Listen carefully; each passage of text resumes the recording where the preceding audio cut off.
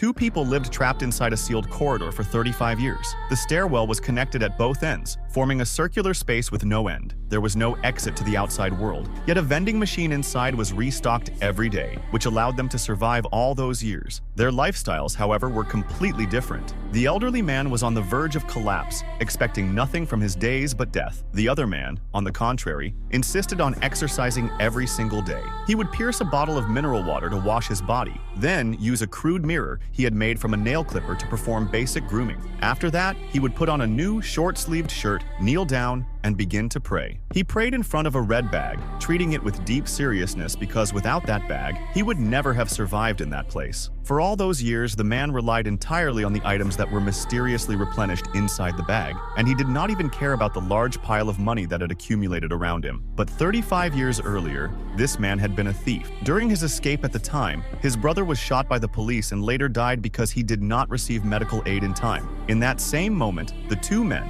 the thief and the police officer chasing him, discovered the vending machine corridor. What was astonishing was that no matter how much they took from it, its contents were fully restored the next day. And so, the two survived on the vending machine for 35 years. Because of his daily workouts, the thief became strong and muscular, while the police officer, due to neglect and surrender, grew thin and physically weak. In this endless loop corridor, they gradually forgot their hatred and came to believe they would live like this forever. But one day, something strange happened. The elderly man suddenly grabbed his head and screamed at the top of his lungs. The other man rushed over in extreme concern. It was clear the old man was in terrible pain. Before he could understand what was happening, the elderly man stopped breathing. The man was left in shock, no longer knowing how he would spend the rest of his life alone in that place. Just 1 week later, his mental state began to collapse. The suffocating atmosphere of the corridor turned his loneliness into irritability and rage. He pulled out a gun, looking ready to free himself with his own hands.